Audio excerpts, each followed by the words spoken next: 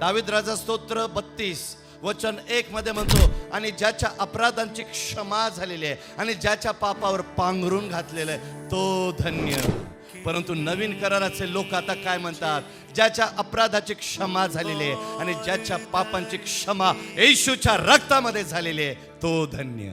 आमची पाप आता झाकलेली नाहीत.